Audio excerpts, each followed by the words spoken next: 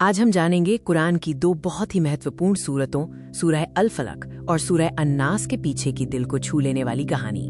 یہ دونوں سورتیں ہر مسلمان کے لیے کتنی اہم ہیں، اس کی کہانی سیدھے ہمارے پیارے پیغمبر محمد صلی اللہ علیہ وسلم سے جڑی ہے۔ سورہ الفلق صبح کی روشنی سے پناہ مانگتی ہے اور سورہ الناس انسانوں اور جنوں کے برے وسوسوں سے حفاظت مانگتی ہے۔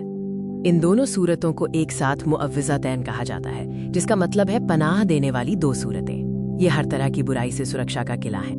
یہ کہانی اس سمے کی ہے جب پیغمبر محمد صلی اللہ علیہ وسلم مدینہ میں تھے اور انہیں ایک بڑی آزمائش کا سامنا کرنا پڑا۔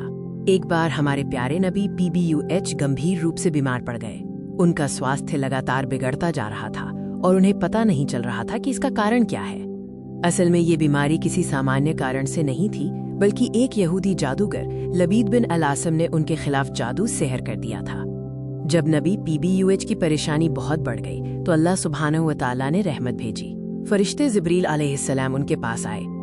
جبریل نے بتایا کہ نبی PBUH پر جادو کیا گیا ہے اور اس کا علاج صرف اللہ کے پاس ہے، جو جلد ہی دو خاص صورتیں بھیجیں گے۔ اور پھر اللہ کے حکم سے سورہ الفلق اور سورہ الناس نازل ہوئیں۔ یہ دونوں صورتیں جادو کے پربھاؤ کو توڑنے کا سب سے شکتیشالی اپائے تھیں۔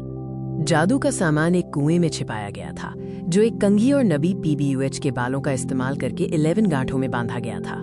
پیغمبر محمد صلی اللہ علیہ وسلم نے علی اور کچھ صحابہ کو اس کنویں پر بھیجا جہاں جادو کا سامان ملا۔ جیسے ہی نبی PBUH نے ان دونوں صورتوں کی ہر آیت پڑھی، ایک ایک کر کے ساری 11 گانٹھیں کھلتی گئیں اور جادو کا اثر ختم ہوتا گیا۔ اس گھٹنا نے ہمیں ان دونوں صورتوں کا اٹوٹ مہتو سکھایا۔ یہ صرف بیماری سے ہی نہیں، بلکہ ہر طرح کی شاریرک اور آتمک برائی سے حفاظت کرتی ہیں۔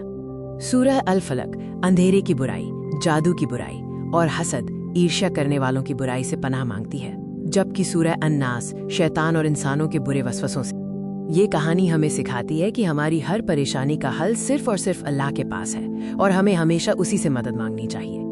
یہ دونوں صورتیں اللہ کی طرف سے ہمیں دی گئی حفاظت کا ایک انمول خزانہ ہے، جو ہمیں ہر مشکل سے محفوظ رکھتی ہیں۔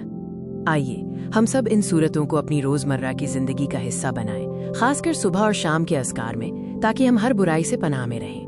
اللہ ہم سب کو ہر طرح کی برائی سے محفوظ رکھے اور ایمان پر قائم رکھے۔ آمین۔ جزاک اللہ خیرین۔